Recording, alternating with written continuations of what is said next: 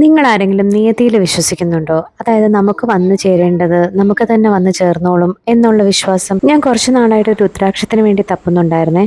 പറഞ്ഞു കേട്ടത് വെച്ച് കവടിയാറുള്ള ഈശയിൽ പോയി. ആദ്യം പോയ ദിവസം ഈശ ക്ലോസ്ഡ് ആയിരുന്നു. ഇന്ന് ഓപ്പൺ ആയിരുന്നു. അവർ വിൽക്കാൻ വെച്ചിരിക്കുന്ന രുദ്രാക്ഷം ഞാൻ ഉദ്ദേശിച്ച ടൈപ്പ് അല്ല. എനിക്ക് കറുത്ത വലിയ രുദ്രാക്ഷങ്ങളാണ് വേണ്ടിയിരുന്നത്, ഇതുപോലെ. അപ്പോൾ അവരെന്ത് ചെയ്തു എന്നറിയാമോ? അകത്തു നിന്നെങ്ങാണ്ട് പോയിട്ട് 3 ലൂസ് രുദ്രാക്ഷം, മീൻസ് മാലയിൽ കോർക്കാത്തത് എടുത്തുകൊണ്ട് വന്നിട്ട് എൻ്റെ കയ്യിൽ തന്നു. ഞാൻ ഉദ്ദേശിച്ചതുപോലത്തത് തന്നെ.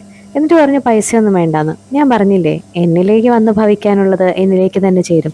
പക്ഷെ അതിന് മുമ്പേ തന്നെ എനിക്ക് രുദ്രാക്ഷം കിട്ടിയിട്ടുണ്ടായിരുന്നു കേട്ടോ. എൻ്റെ ആവശ്യം ഞാൻ പലരോടും പറഞ്ഞിരുന്നു. അത് കേട്ടറിഞ്ഞിട്ട് എനിക്ക് ഒരു പരിചയമില്ലാത്ത ഒരാള് എനിക്കിങ്ങനെ കൊണ്ട് തന്നതാണ് ഈ 5 രുദ്രാക്ഷങ്ങൾ.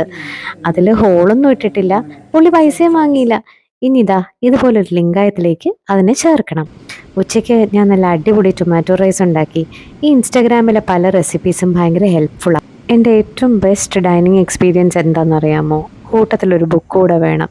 വൈകുന്നേരം നടക്കാൻ ഇറങ്ങിയപ്പോഴേ ഞാൻ കണ്ടൊരു ഫ്രൂട്ടാണ് ഇത്.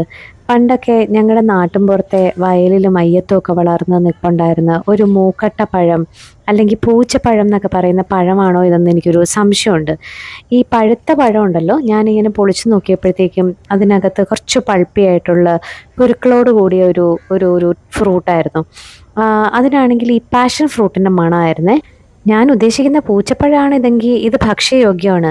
നൊസ്റ്റാൾജിയ മൂത്ത് തലയ്ക്ക് വെളിവില്ലാത്ത മധ്യവയസ്ക തിന്ന സാധനം കണ്ടാൽ നിങ്ങൾ ഞെട്ടും എന്ന് പറഞ്ഞ് തലക്കെട്ടോടു കൂടി വൈറലാവാൻ താല്പര്യമില്ലാത്തത് കൊണ്ട് ഞാൻ എന്തായാലും കഴിച്ചു നോക്കിയില്ല. അറിയാവുന്നവർ പറയണേ ഇത് പൂച്ചപ്പഴമാണോ എന്ന്. ഓക്കെ, ശരി. അപ്പം കമൻറ്റിൽ അറിയാവുന്നവർ മെൻഷൻ ചെയ്യാൻ മറക്കരുത്. ബൈ, നാളെ കാണാവേ.